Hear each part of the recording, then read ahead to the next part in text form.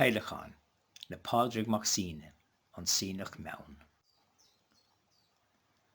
Peidhleacán húling lem híomh, maidin le síre ag Efran, is a bhreata ildachach do bhí dá manar go maiteach harmsa. Bhreathnaí sé geolim dort crín, radas sa gnaí agus tainmhda, chailas san Efran síim, gur bhrachas an bhéir ma fadarín.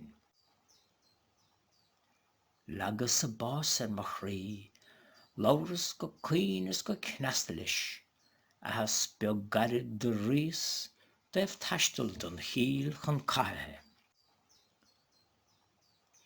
An feastar de freabre an grín, atas de gníomh am Efran, ag mella is ag dalan na líon, is sa daring jo an íbert bhenithe. Ní lort sa pecha an tíl, ní lort sa glín an nachanta, ní lort sa freagart is fír, don anam farír nar hellavís. Ní hagan nach éireacht an chiel, ní taché chun grín ná racaracht, ná taring nort farg an rí, ach baillig an bhíl an agalis.